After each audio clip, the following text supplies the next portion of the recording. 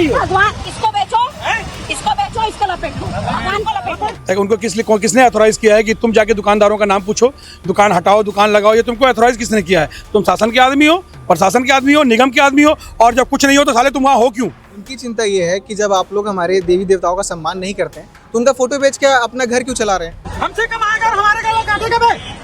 तू अच्छा मुसलमान हो ना, क्या विरोध नहीं किया फिर करिया बंद वालों का?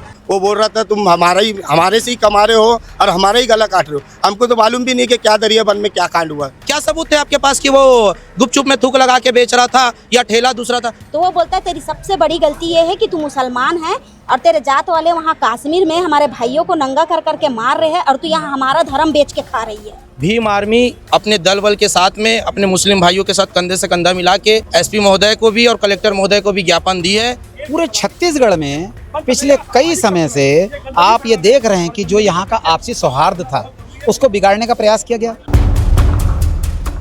महाशिवरात्रि के मौके पर देवबलौदा में एक प्राचीन मंदिर है, वहाँ पर मड़ई मेला लगा हुआ था। उस मौके पर कुछ मुस्लिम व्यापारी भी जो वहाँ पर व्यापार करने गए थे, जैसे हर जगह होता है। कहीं अगर मज़ार में उर्स हो रहा होता है तो कई जो है हिंदू व्यापारी वहाँ पर जाकर व्यापार करते हैं। पर इस बीच कोई अगर आ जाता है संगठन वाला और तय करने लगता है कि आप मुस्लिम हैं, आप यहाँ पर व्यापार नहीं कर सकते, आप जब हमारे धर्म का इज्जत ही नहीं कर सकते हैं तो हमारे धर्म के भगवान का फोटो बेचकर रोजी कैसे कमा सकते हैं? ये बात कितनी सही है और कितनी गलत, ये आपके ऊपर छोड़ रहा हूँ। पर उससे पहले ये समझ लीजिए कि जब वो वीडियो वायरल होता है, बजरंग दल के कुछ संगठन के लोग वहाँ पर पहुँचते हैं, विरोध करते हैं कि यहाँ से दुकान हटाओ, और बहुत सारे वीडियो जो है सोशल मीडिया में वायरल हो रहा है इसी नाम पर। ये वीडियो वायरल होने के बाद जो मुस्लिम समाज के पक्ष के जो लोग हैं वो इस वक्त जो दुर्ग कलेक्टर पे आए हुए हैं ज्ञापन सौंपने के लिए और काफ़ी ज़्यादा आहत हैं और आक्रोशित भी हैं। हम बातचीत करेंगे। वीडियो जब पहुँचता है और आप देखते हैं कि इस तरीके से वहाँ पर मड़ई मेला में जो लोग मुस्लिम व्यापारी व्यापार कर रहे हैं, कुछ संगठन के लोग पहुँचते हैं और तय करने लगते हैं कि तुमको ये नहीं करना है। ये तय करने की आज़ादी जो है भारत में अब सबको मिल गई है, सब अपने अपने हिसाब से तय कर ही रहे हैं। आप लोग जब इस वीडियो को देखते हैं तो आप लोग और आज ज्ञापन सौंपने आए हैं, क्या कुछ कहना चाहेंगे? तो आपने एक सवाल किया कि तय करने की उनको आज़ादी मिल गई, तो मैं यही पूछना चाहता हूँ आपके माध्यम से प्रशासन से कि उनको आज़ादी दिया कौन है? उनको किसने अथॉराइज किया है कि तुम जाके दुकानदारों का नाम पूछो, दुकान हटाओ, दुकान लगाओ? ये तुमको अथॉराइज किसने किया है? तुम शासन के आदमी हो, प्रशासन के आदमी हो, निगम के आदमी हो, और जब कुछ नहीं हो तो साले तुम वहाँ हो क्यों?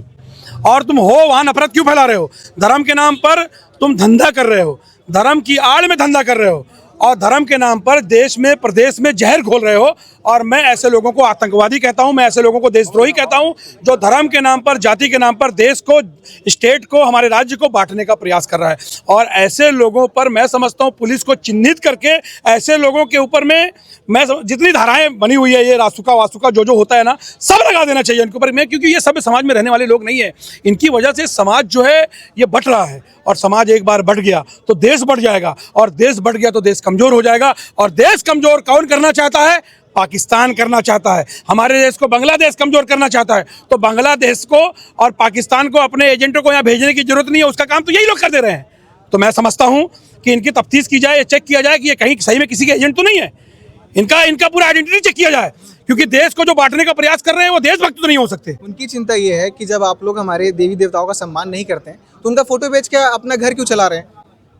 एक स्टेटमेंट दिखाइए किसी मुसलमान का जो उनके देवी देवताओं के खिलाफ बोलता है। अरे हमारे तो कुरान में अल्लाह ने इरशाद फरमा दिया है कि तुम्हारा दीन तुम्हारी तरफ, उनका दीन उनकी तरफ। जब अल्लाह ने कह दिया है कि तुम किसी दीन के खिलाफ नहीं बोल सकते हो, किसी मजहब के खिलाफ नहीं बोल सकते हो, तो वो मुसलमान हो ही नहीं सकता जो किसी मजहब के खिलाफ बोलता है। आप मुझे एक स्टेटमेंट किसी मुसलमान का दिखाइए जो किसी देवी देवता के खिलाफ बोला हो।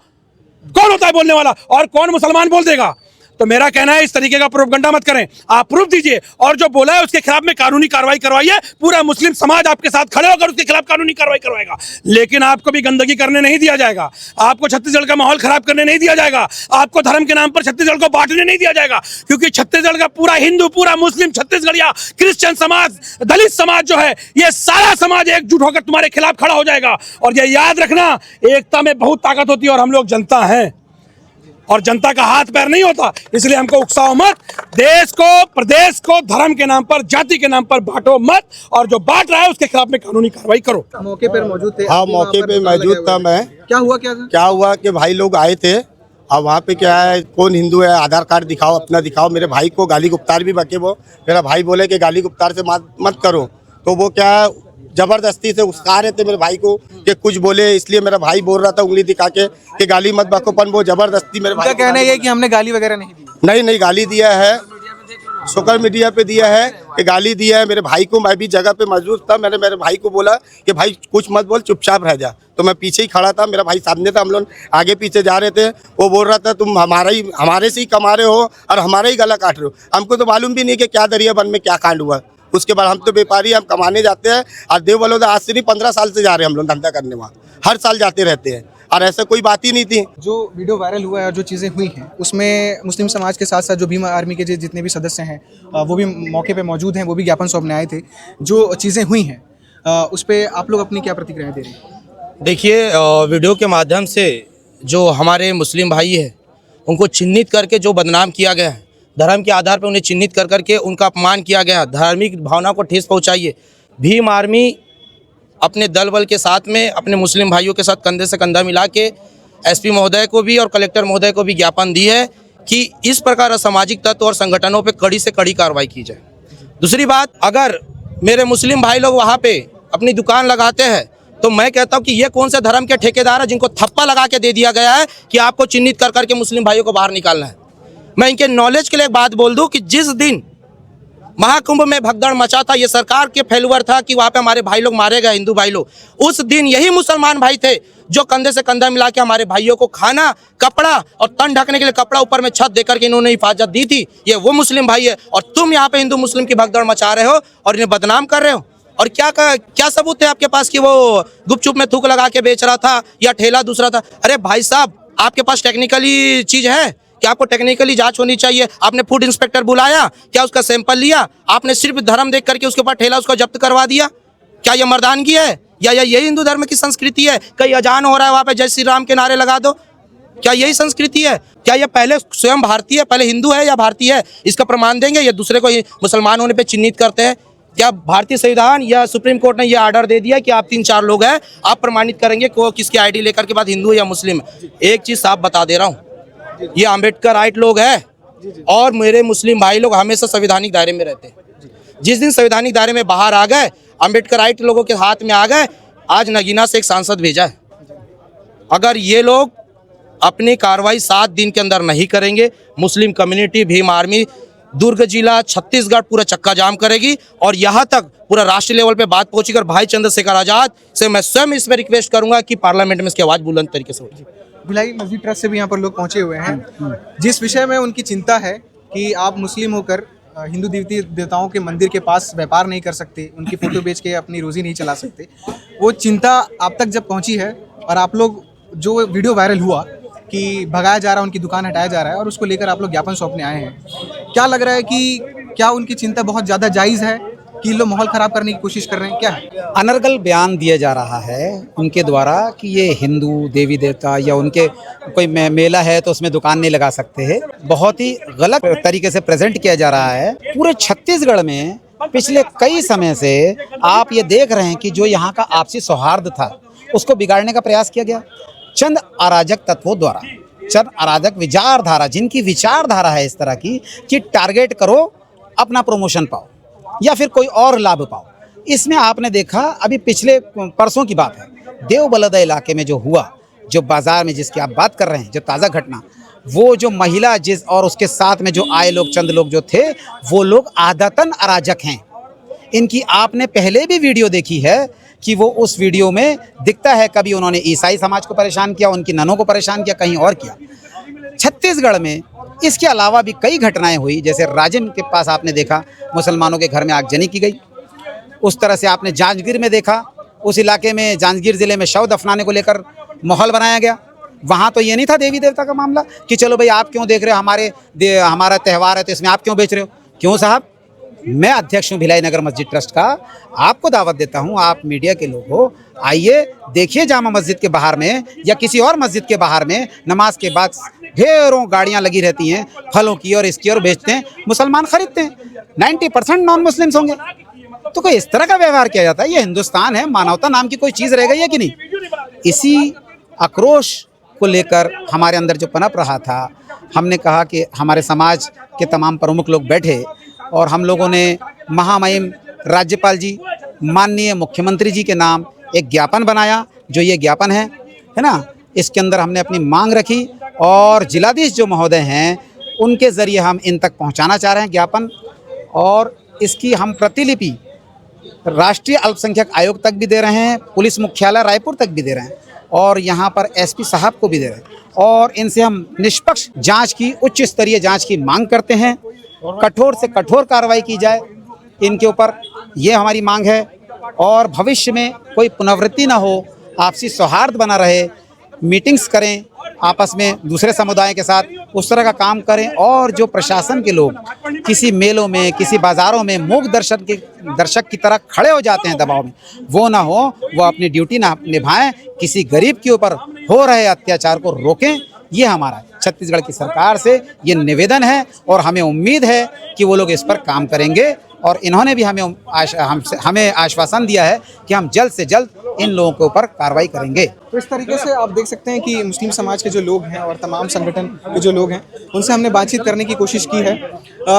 वीडियो के सामने आने के बाद उनके भीतर जो आक्रोश था वो उन्होंने उस आक्रोश को सभी संगठित होकर कलेक्टर आए और ज्ञापन सौंपे हैं। जिस संगठन के लोग वहाँ पर पहुँचे थे, व्यापार करने के लिए मना कर रहे थे, उनकी चिंता जिस विषय को लेकर है, कोशिश रहेगी केपी न्यूज़ की कि हम उनसे भी बातचीत करें। उनका क्या पक्ष था, वो किस लिए गए थे, क्या चाह रहे थे, क्या वजह थी कि वो अचानक से किसी मेले में पहुंचते हैं, उनको इजाज़त कौन दिया था, क्या कोई प्रशासन की तरफ से उन्हें नोटिफिकेशन दिया गया था, उनको कोई कागज़ दिया गया था कि आप जाइए और ऐसे जांच करिए कि कौन मुस्लिम कौन हिंदू व्यापार कर रहा है, किस तरीके से कर रहा है, कोई अधिकार मिला था या जो भी मिला होगा, सारी चीज़ों पे हम बातचीत करेंगे। जिस महिला का वीडियो वायरल हुआ जिसमें उस महिला को हिंदू देवी देवताओं का फोटो बेचने को लेकर मना किया गया, उस महिला का भी बयान सामने आया है। वो महिला क्या बता रही है वो भी सुनिए। हुआ सर कि हम लोग को घर से निकलने में लेट हो गया था। जब हम पहुंचे मेला में तो दुकान लगाने के लिए लेट हो गया था। तो जब मैं दुकान लगा रही थी तो वही जो भी ज्योति शर्मा है, उनके साथ जो था लड़का, वो दोनों आए गाड़ी लेके, वो मेरे बेटे के दुकान के सामने खड़े हुए। तो मैंने इतना ही कहा अच्छे से कि दीदी आप गाड़ी साइड कर लीजिए, धंधे का समय हो गया, मेरा बेटा दुकान लगाएगा। तो उन्होंने अनसुना करा। फिर दोबारा मैंने यही बात अच्छे से कहा कि दीदी आप गाड़ी मेरे दुकान के पास लगा लीजिए, वो लगा लेगा, ऐसे करके। तो जो साथ में लड़का था वो मुझे इस तरीके से हाथ दिखाया जैसे वो मेरे को चमका रहा है, और वो दीदी बोलती है रुक जाओ अभी मैं आती हूँ। तो मैं उतना ध्यान नहीं दी, मैं बोली हो सकता है कोई होगा करके। उसके बाद में वो गए मंदिर साइड से गए, वहाँ से पूरा मीडिया और जो भी थे रिपोर्टर सबको लेके वो अजीत ठेले वाले के पास गए। तो अजीत ठेले वाले के पास जाके आने के बाद में, मेरी जेठानी के पास होके आने के बाद में वो मेरे पास आए। तो उन्होंने मेरा नाम पूछा, मैं अपना नाम बताई कि मेरा नाम सलमा बेगम है। तो उन्होंने कहा कि तुम ये बोले कि तुम्हारा आधार कार्ड दिखाओ। तो मैं बोली आधार कार्ड क्या बोलते नहीं है, मैं मोबाइल में व्हाट्सएप से मंगा के आपको दिखा दूंगी, ऐसे करके। तो उन लोगों ने ये कहा कि आप भगवान का फोटो नहीं बेच सकती, आप जब इसकी इज्जत नहीं कर सकते, इसको मान नहीं सकते, तो ये फ़ोटो तुम बेचोगी नहीं, और अगर बेचना है तो जय श्री राम बोल के बताओ। तो मैंने ये कहा भैया ये कोई गलती थोड़ी ना कर रही हूँ मैं। तो वो बोलता है तेरी सबसे बड़ी गलती ये है कि तू मुसलमान है और तेरे जात वाले वहाँ कश्मीर में हमारे भाइयों को नंगा कर करके मार रहे हैं, और तू यहाँ हमारा धर्म बेच के खा रही है, अपना पेट पाल रही है, हमारे धर्म के बगैर तुम लोग का पेट नहीं भरेगा। मैं बोली भैया आप ज़्यादा बात मत कीजिए, आप बोलोगे तो मैं हटा दूंगी। तो उन्होंने कहा कि ये फ़ोटो उठा और 200 रुपया दी है ना, तो अपना 200 रुपया का सिनरी बेच और यहाँ से निकल, और नहीं निकलेगी तो तेरे को तेरे सामान के साथ बाहर फेंकवाऊंगा, ऐसे करके वो मेरे को बोले। तो मैं बोली भैया ऐसा मत बोलिए आप, हम लोग खाने कमाने के लिए आए हैं, आपके वाले भी तो हमारे मज़ार के पास जाते हैं, ऐसे करके। पहले वो ये बोला कि हमारे मंदिर में आके कमा रहे, तब मैं ये बात बोली कि आपके वाले भी तो हमारे मज़ार के पास जाके बेचते हैं, हम तो किसी के साथ ऐसा नहीं करते। तो बोलता मारो सालों को, मार के भगाओ। मैं बोली हमारी आदत नहीं किसी के पेट में लात मारने की, हम लोग अपना जीवन यापन करने के लिए इधर आए हैं, तो आप लोग ऐसे करो, हम तो यहीं पैदा हुए हैं भैया, यहीं हमको मर जाना है, हमको कश्मीर तक के क्यों घसीट रहे हो, आप वहाँ पे करो जो भी करना है। तो ये बात हुआ। उसके बाद में बोलता है तू जय श्री राम बोल, और अगर अगले साल ये मेले में दिखी तो तेरे को मैं बताऊंगा, और अगर ऐसा बोले और आएगी तो अपना धर्म बदल के आना। मैं बोली एक काम के लिए मैं अपना धर्म बदलूंगी, और ये भगवान को क्या मैं बेइज्जत कर रही हूँ, हम भी मान जानते हैं वो भगवान है, उसको कैसे इज्जत देना है, उससे हमारा पेट भर रहा है, तो इसका मतलब क्या हम उसकी बेइज्जती करेंगे, ऐसे करके। तो वो मेरे को ना बोला ज़्यादा ही बात आ रहा है साली, उठा भगवान को, नहीं तो तेरे को फेंकवाता हूँ। और वो लेडीज़ क्या करी, पूरा मेरा फोटो उठा के, भगवान है ना उसका, भगवान को कोई फेंकता है, वो जब फेंक रही थी एक एक करके फोटो उठा के, वो वीडियो नहीं डाला गया, मेरे को गाली दिया गया है, वो वीडियो नहीं डाला गया है, वो घुटना टेक के ऊपर चढ़ा है मेरे तरफ में और पर्सनली मेरा वीडियो बनाया है वो। मैं यही चाहती हूँ कि जिस तरीके से वो अपना बयान रखा है कि हमारा जहाँ भी देवी देवता का मंदिर है, वो वीडियो में जो डाला है, जहाँ भी वो देवी देवता का मंदिर है वहाँ पे इन लोगों को दुकानदारी करने ना दिया जाए। ठीक है, आपको भगवान का फोटो बेचने से दिक्कत है, हम वो नहीं करेंगे। हम सिर्फ भगवान का फोटो नहीं बेचते हैं, उसमें सीनरी होता है, उसमें बच्चों का पढ़ाई लिखाई का होता है, उसमें भगवान, चलो हम भगवान हटा देते हैं, लेकिन हमको कहीं भी काम धंधे से ना रोका जाए। हमारा पेट रोजी यही है ना। हमको वो हक दिया जाए कि हम कहीं पर भी जाके अपना पेट रोजी कमा सकते हैं, चाहे वो हिंदू हो। हम अपने मजार में किसी को नहीं हटा, हम क्यों हटाएं? वो अपने पेट रोजी के लिए आया है, वो 2 मिनट बैठेगा, अपना कमाएगा, चले जाएगा भैया। हैं? मेरा नाम सलमा बेगम है। हमने वो कोशिश किया कि जो वहाँ पर मौजूद थे, जिस आदमी के साथ बहस हो रहा था, उस आदमी के पास जो खड़ा हुआ था प्रत्यक्षदर्शी, हमने उनसे भी बातचीत किया। तमाम लोगों से हमने बातचीत करने की कोशिश की।